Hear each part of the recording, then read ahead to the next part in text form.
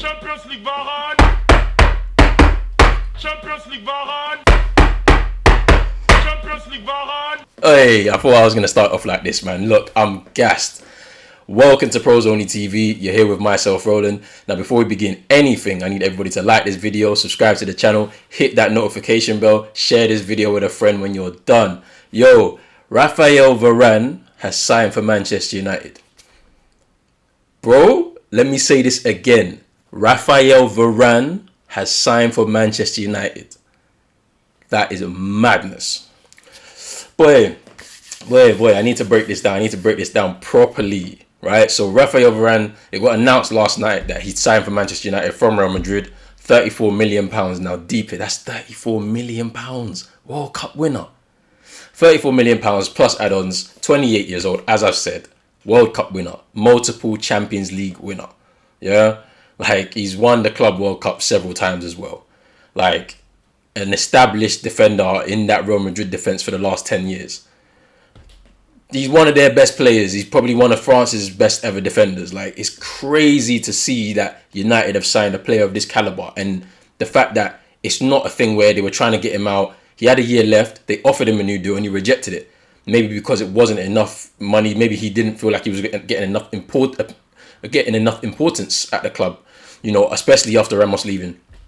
But yeah, it's crazy to see him now a Manchester United player, man. It's crazy. I mean, look, I'm gassed. I'm breaking everything down. I'm also going to touch on the Ollie deal and on Pogba's deal. But yeah, as I said, man, guys, if you are watching this, please like the video, subscribe to the channel as well. Boy, Raphael Varane, you know. Look, so we tried to sign him 10 years ago. Like, this thing has been going on for a while. We tried to sign him 10 years ago. I don't know if people remember. He was at Lens in France. He was an 18-year-old, and our scouting network had seen this kid and said, you know what, we need to bring him to Manchester United. Fergie tried and he failed, you know, and it's not Fergie's fault, man. It's because, you know, he was going to Real Madrid, and obviously Real Madrid are also a club on this equal stature with Manchester United in terms of prestige. And at the time, Zinedine Zidane was there, and, you know, he's French. The Zinedine Zidane link up is there, but, you know, still deep down, a lot of the stories and a lot of the things that were being said behind the scenes was that his idol was Rio Ferdinand. And so that's an interesting thing where he actually idolized Rio Ferdinand as a defender, and like, it's come full circle, man. 10 years later, the guy's now going to be at Manchester United. It's crazy. Like, we've been moving really quickly in this transfer market, you know. Like, this is the first time in a while. The only time I remember this happening where we had a few signings like literally back to back, yeah, it was in recent history anyway, is under Van Gaal. I don't know if people remember when they was going on the US tour, and the day before, it was like a Sunday, so they were going on a Monday. The Sunday, yeah, Van Gaal said to Ed Woodward, if you do not give me my signings, you're gonna get the shit, bro. And then my man, you see Bastian Schweinsteiger and Schneiderlin holding up the shirts. It was hilarious. And then the only other time I've seen this really in my history, in my recent history anyway, is 07-08 season, I think. That summer when we signed Tevez, Nani, Anderson, and Owen Hargreaves. But yeah, anyway, I mean, look, like, let's just break down this Varane deal, man. So the £34 million, 28 years old, vast amount of experience in his career. He's coming into this side to now, like, really shore up that defense. I mean, we've had our doubts about Lindelof and his quality. I mean, and as much as, yes, he's deficient in terms of the aerial battle. He's not particularly quick, you know, so he can't really cover maybe the deficiencies of Harry Maguire. You know, he's not particularly strong either, like, you know, so, and he's good on the ball, but that's pretty much his only attribute, right? I don't think he's great positionally either. He can get caught out himself. So, I mean, you know, bringing in Varane, who's got the experience, who's faced a number of different opponents in La Liga, in the Champions League, and on the world stage, you know, I think he's going to be able to bring that experience and then give that winning mentality, that elite mentality to Harry Maguire, and it should be a perfect partnership, I think. I think that Harry Maguire really does get into the rough and tumble. I think it's very misconstrued about how he plays. I feel like he wants to play out from the back and be that kind of cultured defender, but he doesn't come from that. He comes from the school of hard knocks, man. You play in England, you grow up in England, you come through those academies and you come and play, you play on the big man stage. you go through you're in the school of hard knocks, man. Like you're gonna be there, getting the number 9 backing into you, rough and tumble type of football. That's what he's used to, and I feel like I saw it in elements of his game last season when we went to certain places. He wasn't allowing any of those kind of strikers to really bully him. Those old school number 9s that we've got. We've got a few still in the Premier League, especially at Burnley and places like that. Like, he wasn't allowing nobody to kind of like shake him off the ball. Like, he really would fight for the ball. So that's good. And then obviously on the other side, you got Varane, who's a lot more cultured. He'll stay on his feet, positionally aware, positionally very good. He's quick with that recovery pace as well. So he can just get in. He can get back if Maguire's caught out. Also 1v1 defending. He's probably good. He's very good with the interceptions as well. So I mean, we've got a good balance now in that in that central defensive area. So I mean, that's good. I mean, obviously, I've said his experience is vast, and we're going to need it, man. You're going into these Champions Leagues. You want to go deep into the Champions League. You need players that have done it, and he's one of them that's done it. The elite mentality, where we've questioned the squad in terms of its lack of quality and its the mentality, is the winning mentality that we've questioned it. Like, I questioned it after the Europa League final when I'm saying to myself, how many big players do we even have at our club? Because those big players didn't show up on that day. We've got another one in now, and I'm hoping that he can also help elevate this team to another level.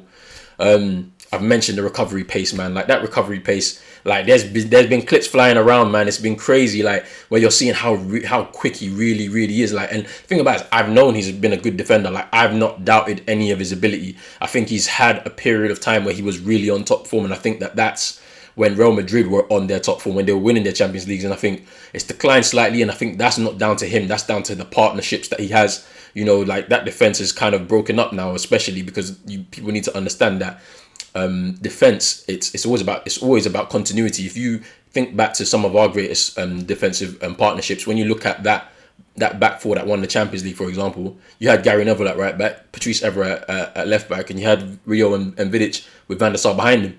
So, and that back four rarely changed. You would see maybe Gary Neville have a little injury or knock, and then Wes Brown will come in and fill in. I don't remember ever was it ever present, like, for United. I don't really remember seeing him get very long-term injuries. And then obviously Vidic and Rio, they had good understudies in Johnny Evans and I don't know who the other guy was. It would have been PK in that season, but I think he left after that. But yeah, and so, like, they were rarely injured as well. They were very robust. They really just were. They were ticking over. So I mean, continuity in that defense is obviously important. And I think that at Real Madrid it kind of declined, because when you see Marcelo leave, not Marcelo leave, but Marcelo kind of declined himself. Ramos getting older, who's next to him as his partner, and then I forgot who the right was. It Carvajal? Maybe it was Carvajal on the right. Also not the best, but it is. So I mean, with that, like, he hasn't declined. It's just that continuity in that defense has kind of eroded, and now, like, it kind of makes people's, like, viewpoint of them stand out. But it is what it is, man. He's going to come into a defense. He's now going to have some continuity there, because I feel like the back four chooses itself, except for that central defense where we thought we've had some issues with Lindelof. Now that's been resolved. Varane comes in there, and now the partnership should be there. Luke Shaw on the left, Wan-Bissaka on the right, and the two in the middle, Maguire and Varane. It's crazy. The timeline is rattled. All the rival fans that are talking about this deal, I'm like, this is how we're basically back. Like, we're back to the point where now people are taking it seriously again. Like, we're not. It wasn't like last season where we're faffing around with this Jadon Sancho transfer. Like, we are really, like, showing something in the transfer market, and it's fair play to Ed Woodward. It's fair play to John Murtough, who we've had our doubts about, like, when he was announced as the technical director of the club, the first one ever. And we've said to ourselves, what is he going to do in the transfer market? And right now, up until this point, if we shut the transfer window right now, he's delivered. And there's still a lot more to go. There's a whole month left, pretty much. And I think that United are moving on to a midfielder, and hopefully we do get that midfielder to provide the balance. But yeah, man, it's crazy to see this, because, like, for £34 million, that is a steal for somebody who's a World Cup winner. Like, deep it. He's only 28, like, and, like, people were talking about different types of peaks and whatnot, but he's still got enough in the tank to go another 5 years of his career at least. And, he's been, I think, relatively injury free. So his body's still fresh. It's not been broken down, like with certain players at this age may have been broken down. He's been relatively fresh, has been able to recover. So it looks as if he's It's going to be interesting how he adapts to the kind of physical side of the game here. But, I think that with somebody of that level of quality, he's not going to be as bad as the way like some of these people in TalkSport have been talking about him. Like he's going to seamlessly transition from La Liga into the Premier League because of the quality he has just as a footballer. So I don't see any problem with that at all. I mean, so that is that. I mean, like seeing 34 million for him and then you're seeing a 50 million for Ben White, that's crazy. English tax and all that, but let Arsenal do their thing, man. We move, man. Now we just need that midfielder, which I believe is what United are going for. Even though me personally, I don't feel like every club and their managers will get the targets that they need. It looks like the club is pushing for that, and if they push for it, good. Because then there's really no hiding place and there's really no excuses. I think that coaches should be able to get the most out of the players that they already have. And so for me, if they get a midfielder, if they don't, there's enough there already to do something. Now, currently the way the squad is made up, right, there has to be a title challenge. Like we're talking about progress and all of this, right? And we're going to touch on Ollie in a bit. We're talking about progress, right? We were third in his first full season, his second full season now, second. The only place you can go is now first. So there is really no excuse, even at this point. I don't even care about the midfielder at this point because it's on you to say, okay, if I can't get the midfielder, I should trust my coaching staff to be able to do something with the players that I have to be able to mask that deficiency of not having that particular type of midfielder that you want. But, some people have a different opinion. I'm of that opinion. Now we're going to talk about this Ollie new deal. So the news broke that Ole Gunnar Solskjaer signed a 3-year deal. I think it was a new 3-year deal on Saturday. Did it right after the Jadon Sancho thing, just before the QPR game. We're not going to talk about that. But it's crazy to see that because I feel like, honestly, he could have ran this down. He could have ran the deal down into his 3rd year because it really is a point of we've got to try and see what he can do. And the flip side to that is, when we're talking to prospective players, they need to understand that the manager is committed to the long-term vision, the long-term project of the club. So I can understand that. That's why someone like Raphael Varane would come there once the deal has already been agreed. So he'd be like, oh, okay, the manager's going to be there for as long as he's there. At least the club are backing him up. So I can understand it from that perspective. But I also understand it from another perspective where if we was to just leave his contract the way it was, he's in his final year. It's a point for him to prove. Like if I don't win anything, then I will walk out. Because my contract's done, they don't have to offer me anything. But if I win something and if I prove myself, then I can be rewarded with a new deal. And it kind of also leads me back to a conversation where certain players, and we're going to talk about Pogba and his new deal in a bit, but where certain players have been rewarded with new contracts without actually doing anything for the team. So I mean, when I'm looking at that, I'm saying, okay, there's a bit of a disconnect there for me, where like, surely you only reward people for actually achieving something. Ollie hasn't really achieved anything, right? So for me, I'm like, he's not running away anywhere. Like, this is the job he wanted. This is his dream job. If it's your dream job, prove it then. Do something. Now, like, if he was to leave the job today, he's not getting a Barcelona approaching him. He's not getting a Real Madrid approaching him. No Bayern Munich's, not even a Dortmund. Like, PSG's not going to approach him. Like, he's maybe not even mid-table Prem teams are going to even approach him. So he's not running away anywhere. Like, most likely he's going back to Norway. He might catch a job in Denmark, in Holland. Like, he might. Do you know what I mean?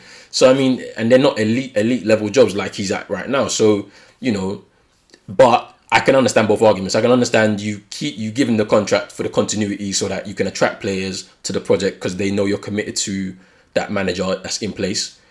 And on the other side, you can let his contract run down and let him prove himself and see what happens. But it is what it is. I mean, I think for what he's done at the club in terms of, I feel like he's definitely boosted the morale of the players. And I feel like he's going to take the team up to a certain limit because he has limitations within his style in terms of management, like in terms of the tactical side of it anyway. And he can only take the team so far. So I think You know, for me, I think it was probably a bit premature, but they've given him a new deal, and if it's for the purposes of providing continuity, I can live with that. But you actually have to do something. You have to win a trophy. You've got a challenge for that title. We have to be in this title race with 2 games to go, and it's just a final day thing. That is the limit for me. But a trophy is key. You need that. Like, you needed that last season. You need that this season. There's no excuses on that. League Cup, I don't care. FA Cup, you go for it, and then try for the league, and you should be able to sustain something with the league. Injuries permitted, innit? Like, because obviously injuries can mess up a whole thing. And, you know, this is where we're going to keep getting onto him about the rotation. Rotate the squad effectively. When we're in League Cup round 2 and round 3 or whatever it is, there is no need to be playing any first team players there. Play some youth, play some fringe players who are happy to be a part of that squad to try and push the team forward, because you want your main game players to be fresher when we get into the later rounds of the season, because we're going to be playing around 60 games in the season anyway. So it is what it is there. Now, moving on to the Paul Pogba deal. So there's been some reports in the media saying that PSG are preparing an offer of around 50 million, 60 million pounds for Paul Pogba, who's in his final year of his deal. Now, I've been seeing a lot of nonsense on social media. People talking about, you know, he hates he doesn't play for the badge. He doesn't want to be here. Like, he's rejected the deal. That's what the reports are saying. He's rejected the deal. And I think the deal was worth, I think, 350,000 a week or something like that. But yeah, and when I look at this, I got to look at it from a human perspective, right? This is a man who is now in the prime of his career, his last big contract in football. I don't think I know for a fact he's not money motivated. Like, when we're looking at the guy, like he is Adidas #1 athlete, ahead of Lionel Messi, and I've said this before. So he's already the prime face of that brand, right? Aligned with Manchester United, who are sponsored by Adidas. So big commercial asset on one side. Pepsi, the same. Ahead of Lionel Messi again. He's the top athlete that is endorsing that product. A huge commercial asset. He's got money, man. Like, he doesn't need the Manchester United money. He can live off of that. So for him, I think it's purely about the football. The promises that were made to him when he joined the club. When he joined the club, he was promised, I'm sure of it, from Ed Woodward, we're going to build a team around you, right? And the thing about it is, yeah, Ed Woodward is, like, as much as people hate him, I think he actually has the right intentions. Like, he's tried, but the constraints are coming from above his head. The Glazers are not willing to spend the money. We know where the money went. The money went into the Buccaneers. Like, they brought in Tom Brady, Rob Gronkowski, or whatever his name is, right, to win them the Super Bowl. And I think the focus has switched, like, because the backlash, everybody that went to Ed Woodward's house, everybody that went to go and harass them in Florida, the Glazers in Florida, everybody that went to Old Trafford and broke in on the pitch and disrupted the game and all of that, they did their job. The people protesting, they did their job, because it's really scared them into thinking that we don't know what level these people can go to. Because if they can go and break in on the pitch, I don't know what they can do next. So I think it's scared them a bit. I think the focus has switched back to Manchester United, and I think they've started putting some. I don't think it's their own money. I don't think so, because I think United are already self-sufficient. They were self-sufficient without the Glazers, so I think they'll spend their own money anyway. But they're just putting a lot more resource into the team now, because they feel like we need to do it, because we need to listen to the fans. And they did mention that they would spend money on the team in their fan forum that they did earlier on, like a few months ago. So I mean, when I look at that, I'm saying to myself, all right, Paul Pogba, he's been offered a new deal. He's rejecting it. And I think it's because of the ambition of the club. He wants to see where the club is going to go from here.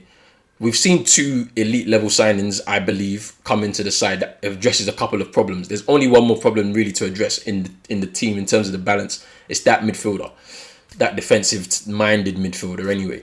So, I mean, and he's entitled to say, you know what, I'm not going to sign anything until I see proof. Like, let's remember back 2010 when Wayne Rooney refused to sign a new deal at Manchester United.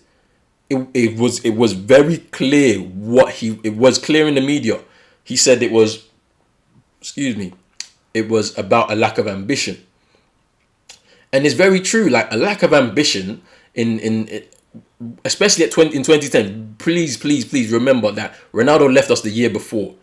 And then the Glazers decided we're going to the money we're going to get from that Ronaldo deal, we're going to pocket some of it and let you get Michael Owen, Obertan, and Valencia to replace Cristiano Ronaldo, a Ballon d'Or winner, right?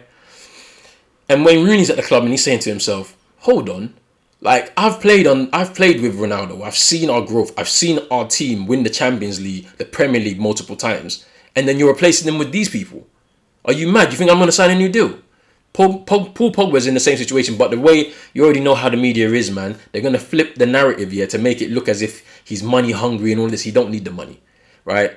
So for me, Paul Pogba's just waiting to see what's going to happen with the club in terms of the transfer window, and then is it going to translate on the pitch? Because at the same time, yeah, I think it's interesting to note that I don't think he would leave with Raphael Varane coming into the club, and vice versa. I don't think that Varane would come to the club if Pogba wasn't staying. So there's a little link there that people need to remember. So I mean, for me, Pogba will stay for this final season. I think there may have been some sort of dialogue. I don't think he'll sign a deal just yet. I think he'll wait. The transfer window has still got a month to go. There may be that midfielder coming. I don't know who it may be. I've spoken in the previous video saying I think it should be Ruben Neves because of the price and I think for what he can do. But then obviously the Camavinga link came out like a few weeks ago as well, and that's a very good one, especially one. It's a good signing for now and for the future. So we don't know what's going to happen with that. But I think Pogba's just waiting. I think that fans need to get real as well. Like the same person that you're saying you want out and he doesn't want the club and he's money hungry. His agent is Mino Raiola. Next season, you people are talking about Haaland and you want to bring Haaland into the club. Who's his agent? It's Mino Raiola. So, I mean, get real, man. Like, at the end of the day, you just don't like Paul Pogba. But at the end of the day, I don't know why you don't like Paul Pogba. If we're talking about him as a footballer, just remove everything else. He is one of the most talented footballers. He's a throwback to some of the old footballers that we had, where they're not just good at one particular attribute. They have a number of attributes that they're very good at. The problem is that he's never had a team built around him for him to go and flourish. He's always been shifted in and out of positions, made to do things that that is not his attributes. It's not his strengths. So what do you expect when you have a player like that? People are just too gassed up because of the price tag. People are too gassed up because of the status he has in the game. That, you know, because I mean, if he can ball out for France, it's because the team around him is set perfectly for him to perform on that level. And there's people you can trust. I think now there's going to be a level of trust, especially behind him. When you've now got that defense that we've got behind him, there's going to be a little element of trust. And so even without that midfielder, there's going to be some element there where you could probably play a 3 in midfield and you've got to bring back Bruno a little bit. He can't be just moving into that zone past the 10 zone and into the 9 zone. Like, it's going to have to be some tweak happening there in order for it to kind of balance out a little bit. But we have to wait and see on that, man. I mean, look, all I have to say is Champions League Varane. Hey, I'm happy about this, man. Look, United need to go out there and do some more in the transfer window. I'm hearing Trippier as well. You don't know what's going to happen. But look, this is me. I'm going to end it right here, man. Raphael Varane signed for Manchester United, £34 million. Hey, I'm getting excited for the new season. It's coming in a couple of weeks' time. But I'm going to end it right here. Don't forget to like this video, subscribe to the channel, hit that notification bell. I'm out. Peace.